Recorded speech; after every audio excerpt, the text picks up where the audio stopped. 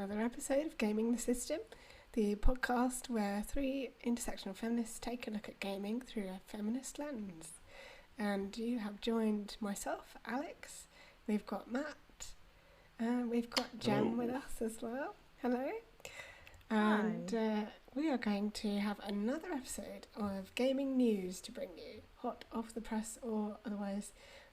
Things that we've picked up lately that we've been having a look at that we want to have a chat about in this episode. And I'm going to mix up the order. I went to first with my story last episode, so I'm going to ask Matt, what gaming news have you brought to the table? Bad time to ask you, but yeah, I think you're ready to go now, aren't you? All right. I am. Just about. Cool. New Final Fantasy has been released. Final Fantasy VII Rebirth. It looks amazing. I've just been replaying the first one, and it's better than I remember. With some flawed, let's say, representation, and especially got the running. We need to do an episode on how women are animated, because the amount of girls that run like that is embarrassing. So the thing, so I'm sure we've all have seen the beach scene now with the ridiculous, extremely over the top bikinis, and just come on guys. Or under the top bikinis. Yeah. And so, but looking at censorship, I'm interested in censorship at the minute.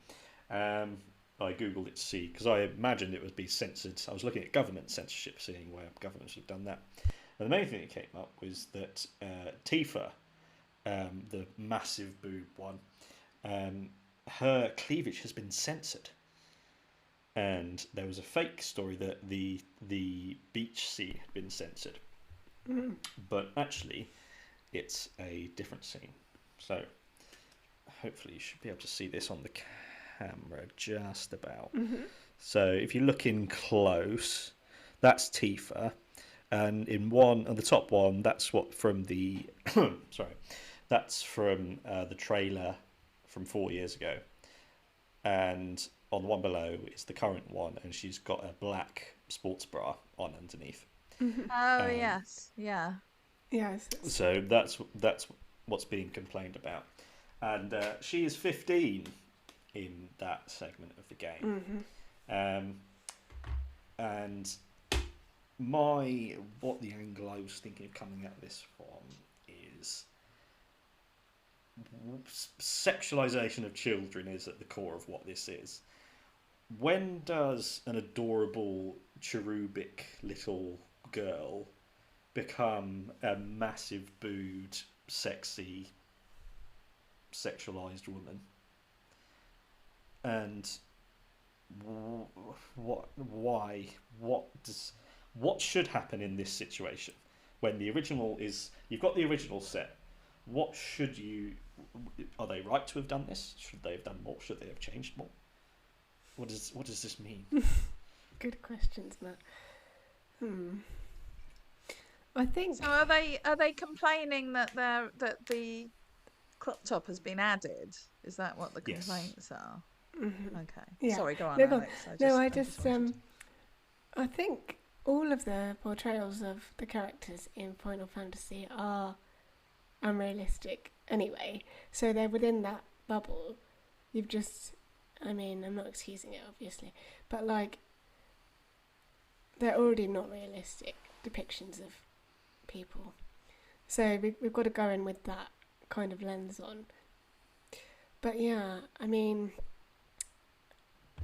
long-time fans of the pod might remember my reaction to Final Fantasy VII Remake when I once streamed it during an episode of the pod and was incredibly grumpy the entire time.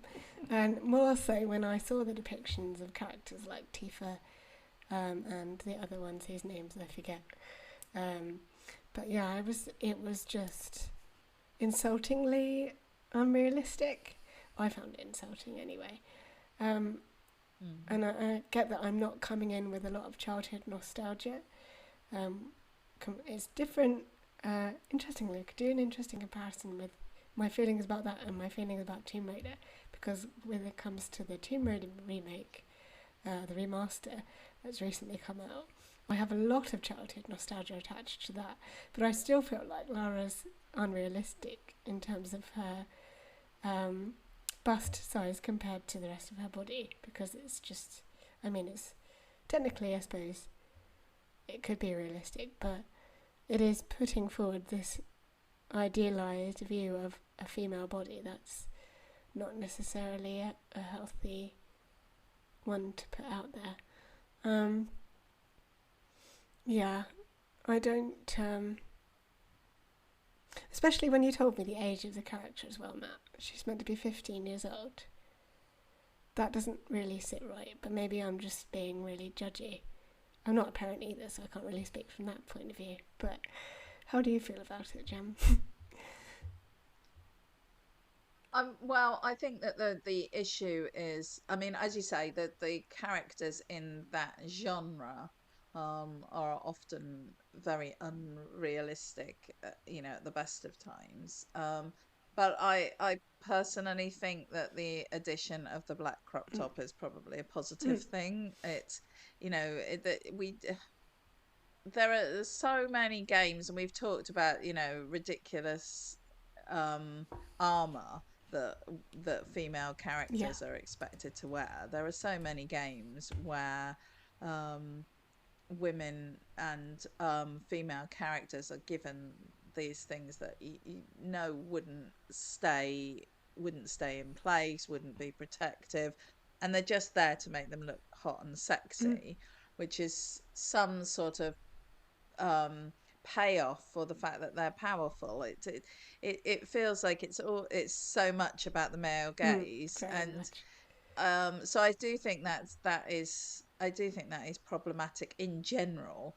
And so I think, if you're running around having adventures, you are gonna wear a crop top. You're probably gonna wear a sports bra, to be fair, because let's be honest, these things are practical additions to your ass kicking lifestyle. So I think it's telling that people get upset about it, that people are looking so carefully at this young character's chest that they're even noticing these things or caring enough about these things to get up in arms about it. And I think that also, the other thing that we never talk about when we're discussing these topics, I mean, we do, but other people don't, is that it's paedophilic. We have, I'm very much in to QAnon at the moment, not into it in that way, but like listening. I'm listening to a podcast about it called Finding Q, and it's really interesting, but it's just another example of the contradictory nature of so many of these the patriarchal society and the far right and all of this, that you have this, on one hand you have this, like, we have to go out and protect the world from these paedophilic lizard people that are stealing our children and abusing them. However, it's perfectly okay for us to watch cartoons and video games which are borderline paedophilic depictions of young children. So I think there's this contradiction that goes on in our world, in our culture, and this is an example of that, as far as I can see. The characters, they're all supposed to be young. And I think they could have resolved this by either making them a little bit older, or just dressing them a little bit more demure. No, demure has such negative connotations, but more practically. I think more would realistically be what I would like for to the say. Situation at hand. And it comes down to, well, I completely agree. It's the girlification of adult women. It's that the reason like they put her in that cowgirl outfit at the, like, when she was 15, because they want it to be a sexy look. that's why they did it. And so when they go, all right, we're going to tone it back a bit. She's still wearing a cowgirl outfit. We'll just put a crop top on. That isn't solving the problem. The problem is that we're going, oh, we've got this attractive 20-year-old woman, and we're going to age her down a bit. And it's that grey area that so much of how women are portrayed and characters created in that grey area. And it's that grey area, for some reason there's a huge amount of men that there's a demand for that grey area because it's all over pornography. It's really, it's very, very unsettling. And it again, it just supports my theory that most men stop developing at the age of 15 because they look and go, they want to be back in that place of, but they can't because when they were 15 they'd be attracted to 15-year-olds, and now they're 30 and they just go, oh, but I'll have that grey area. That grey area is enough. And so it's better to put the crop top on in some ways, but it's putting a plaster on a huge wound. But Exactly. again, that's something we can talk about in the future. Indeed, yes. Jem, what news did you bring for this episode? This is a heavy one. Ooh, I'm sorry. okay. I'm sorry. This article was actually shared to me by my husband this morning. It's an article from the Guardian by Keza MacDonald. And they're talking about that it's 10 years since Gamergate happened. And so Gamergate, I think, is the elephant in the room for almost all of our conversations about inclusion and gender imbalance within the gaming industry. You know, Gamergate is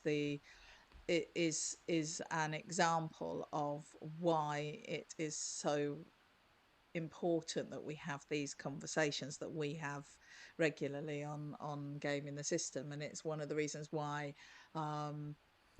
gaming the system needs to exist, and we need to be challenging these attitudes and supporting the people that are challenging these attitudes. So for those who don't know what happened with Gamergate, because it was 10 whole years ago and we all have short memories, so back in 2014, a game developer called Zoe Quinn had created a computer game called Depression Quest, which was a sort of story-based game, which we've talked a lot about games like that, and they're very popular these days. But it was relatively new concept then, and it's difficult to know how petty this actually got or was to begin with, or how it all depends on who you talk to and where they fit in this discussion. But anyway,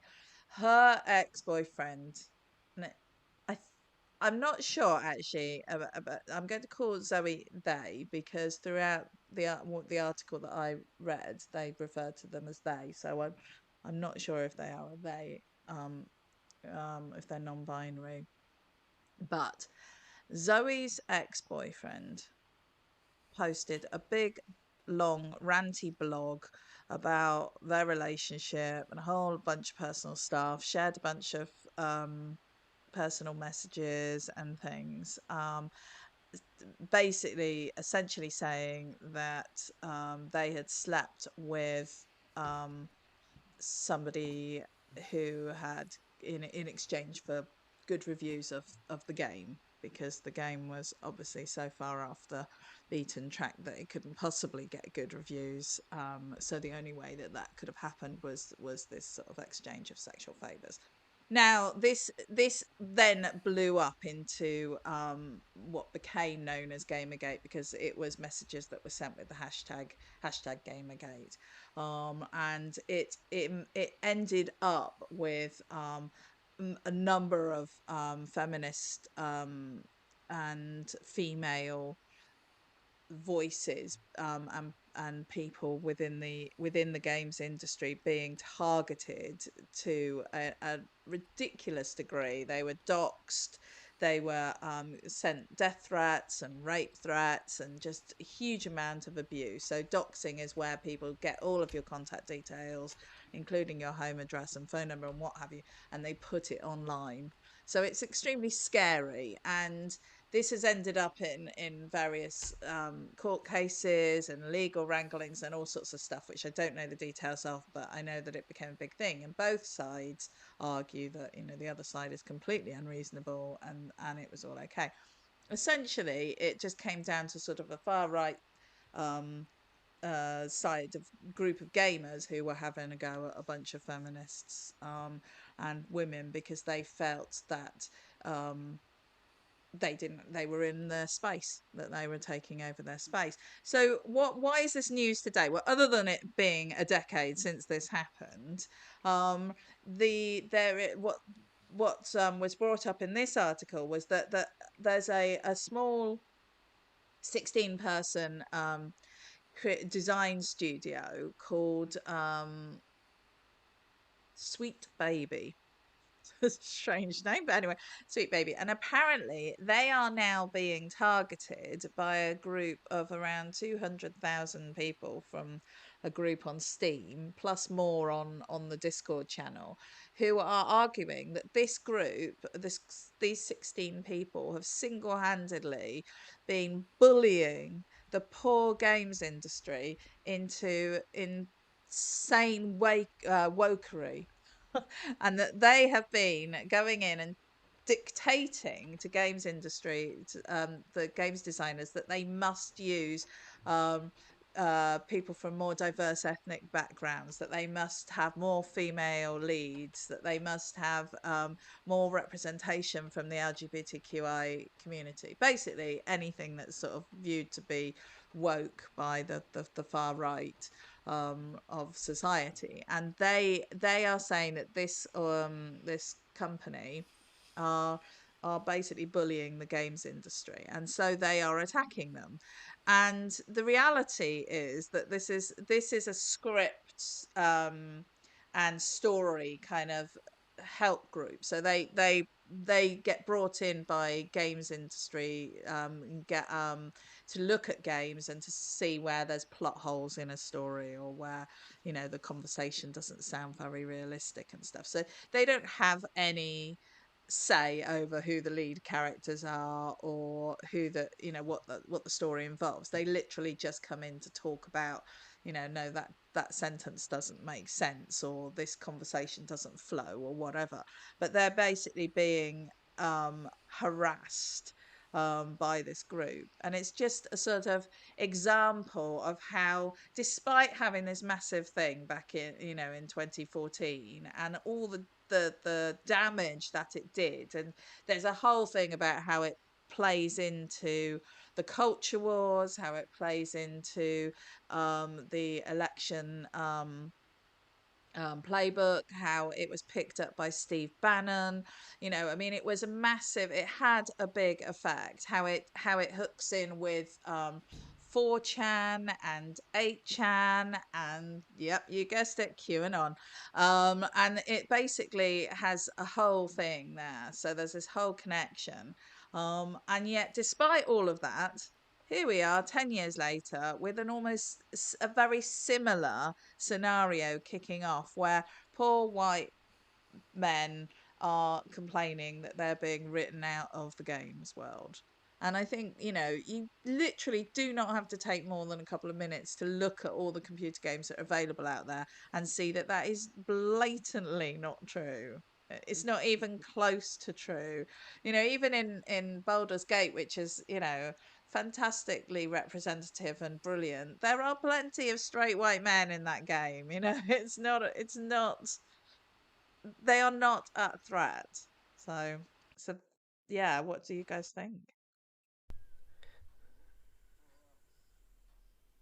Mm. In order to, the ruling class are the source of every problem. This group of 200,000 men, they exist and are empowered because the ruling class goes, these idiots, they're going to police, and the point is to slow social progress, because social progress just, it progresses and it's inevitable, and but the more it progresses, the more people go, oh yeah, we're all the same, and then we don't need to fight each other because we're all the same. We can fight upwards at the ruling class, and then we can get them out of power, out-organise them, and then we can start actually fixing things. But we have those 200,000 people. That is a profound resource, and they are motivated, they are enthusiastic, they are aggressive, they are intense.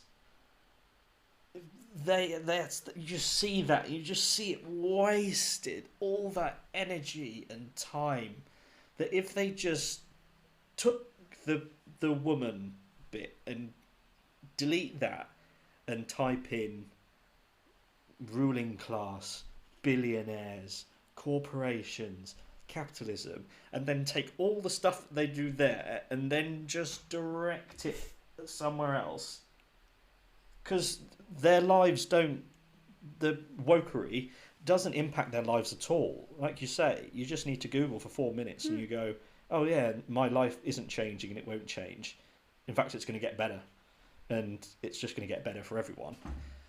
But they just trick them into wasting their time and energy, but it has a devastating impact on the people that they're going against. Even though it's the social progress is progressing, they determine to make it as grueling, and they fight tooth and nail, and that's just, I just look at it and go, you're so close, just turn it a little bit.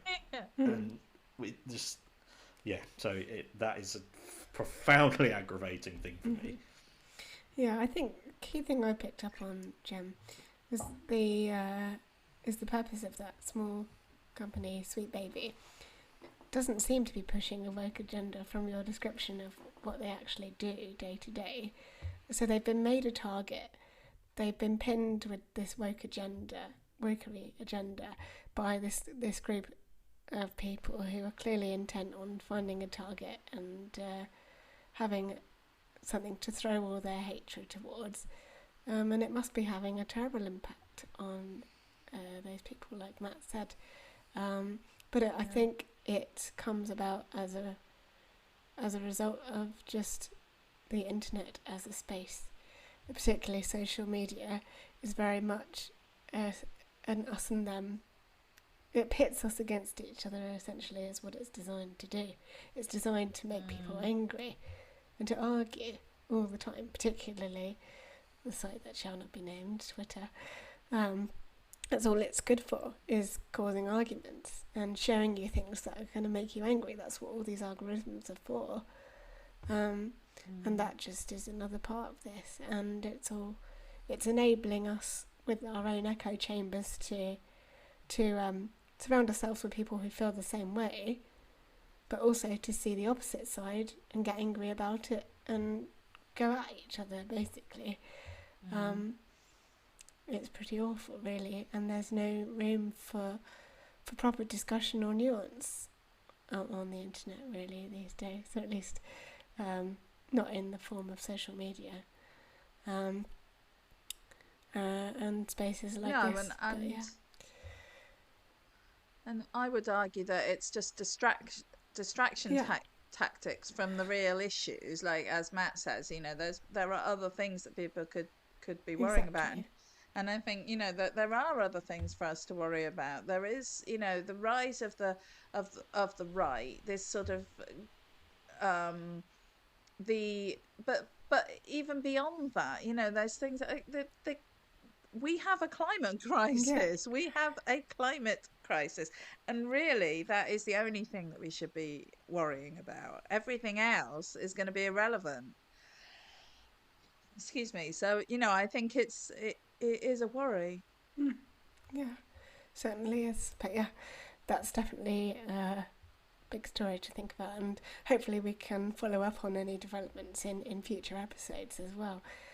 My final gaming news story is very similar to the story I last brought up in our last episode, because it involves the unfortunate shutting down and layoffs of everyone working for games media company Roosterteeth, who some of you may know. After 21 years, it's shutting down. It was acquired by Warner Brothers Discovery a couple of years ago, and because it's unprofitable, it's basically been cut and shut down. So everyone working for Roosterteeth has now been let go.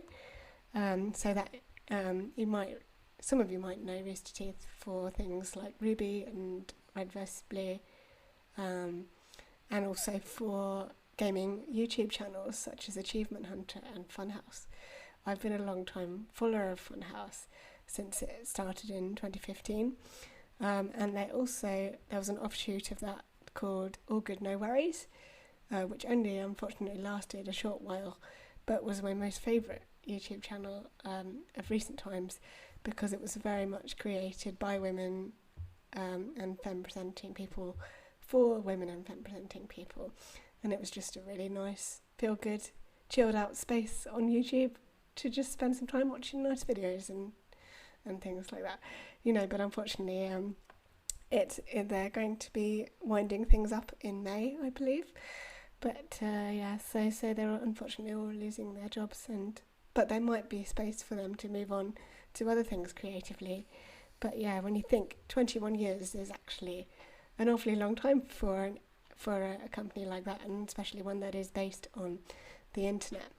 But I think, let me read you the basically memo that came in from Roosterteeth itself to all its workers, and in the announcement to the wider public. It's with a heavy heart that I announce that Roosterteeth is shutting down due to challenges facing digital media, resulting from fundamental shifts in consumer behaviour and monetization across platforms, advertising and patronage. Levin, who is the guy in charge, wrote in the memo obtained by Variety. This article I'm reading is from Variety, by the way. Our legacy is not just a collection of content, but a history of pixels burned into our screens, minds and hearts. Which was an interesting end to the memo. But basically, yeah, it's the same old thing, which is happening to a lot of companies and other organisations. You get acquired by a conglomerate who thinks, well, you're not being profitable enough, let's just get rid of you and cut you out. But it was interesting, the note I noted about shifts in consumer behaviour, and also just monetization of YouTube, just the development of YouTube with it over that 21-year period. How much has YouTube changed, and is it as popular anymore? I think it's definitely been overtaken by things like Twitch streamers and streaming as a medium, rather than like sets of YouTube videos, and gaming groups on YouTube are certainly waning in popularity. But I just wondered if you guys had any thoughts on those sorts of things. I think TikTok's probably had quite a big impact over the years. Yeah. And I know that like there's some people that I follow on YouTube who are now doing with shorts, which is, I suppose, is a response to TikTok, and this idea that you can't watch longer videos. But if you go into it from the sort of marketing perspective, I've also seen that longer videos are actually doing better these days than they were, like the doing. really long streams and things, just having something on in the background all day. I think a video I watched that was reacting to it was kind of saying that streaming is like having a friend in your living room with you while you potter around for the day. So I guess in that way it's more of a comfort to people. But yeah, it's just interesting thinking about how our habits as consumers of media are obviously changing over these 2 decades, and have changed due to a number of different things. And even like the length of ads on YouTube now, there used to be 5 seconds for every ad, and now it varies between 40 and 5 depending on like when you click on something. It's quite annoying, but it's forcing you to basically sign up to their premium no ads model, which a lot of things are offering these days. But yeah, everything is now been turned so that it can advertise to us to make money. Essentially, it's an advertising machine. I'm sure you've got some thoughts on that, Matt, as well. Yeah, I think there's over the last 20 years, the means of production has been seized to a much greater extent, given that anyone with a laptop can make games now. And in the past, it would make sense for you want to build up your small studio, and then you want to get acquired by a massive studio, and then they can give you some resources so you can make bigger games. And I think there's this generations go on understanding more and more how they will be exploited by capitalism, and that if they sign themselves away to these companies aren't, they can do whatever they want with them, and it's not going to be based on common sense or anything. It's just, we want more of the money, and it would make far much more sense, even though it's a scarier and less can appear as a less stable option. There has never been more ways to fundraise for your content. So if Roosterteeth had stayed independent and had a Patreon and PayPal, and you can make tons of different kinds of content that you can get paid and ad revenue from, and that's probably the safest way for independent studios to conduct themselves, because people will pay for what they care about. Yeah. And it's better to put your fate in their hands than in the fate of people who could strike you off at any moment. Certainly. I think that's a sentiment shared by a lot of the videos I was watching from former Funhouse members who had previously left and gone on to set up their own streams online, and they're all sort of self-funded through Patreons and things, but the important thing is that their content is then owned by them. They're not being dictated to by a company, and the content isn't owned by that company either. I think Funhouse did set up a membership program last year, and they said if they hadn't have done that, then they would have had to be shut down much earlier, and that revenue from the membership section definitely helped with funding that extra year of content. So yeah, I think they're looking into being more independent and owning their own content, hopefully, in the future. But yeah, that's the trouble. When you're owned by a larger company, it's all dictated by that company and what they want to do and whether or not you're making enough money. So it's difficult. And because the structure for most of the last 100 years was you go to school, you leave, you get a job, and then you work that job for 60 years, you retire, 5 years later you die. That's what the generations before us has told us, that's what you're supposed to do. And so you're supposed to go, oh, I've built this thing up, and now if I can get acquired by them, then I'm part of a company, and then I can do that forever. Whereas that's not the best way now. The best way is to, you build it up, you make your games, and then you basically you have to be an entrepreneur. The most stable way for a lot of creative people is to be an entrepreneur, and that is terrifying. Because you don't have any rights, you don't have any sick pay. Everything is more. Yeah. There's more risk, but that's what this generation needs to recognise, that's the starting point we need to come from, and then we can work out. There's a society systemic way for this to work, but it's as long as we've got this ruling class crushing us down, it's not going to happen. There we are then. And that, I think, brings neatly to a close this episode.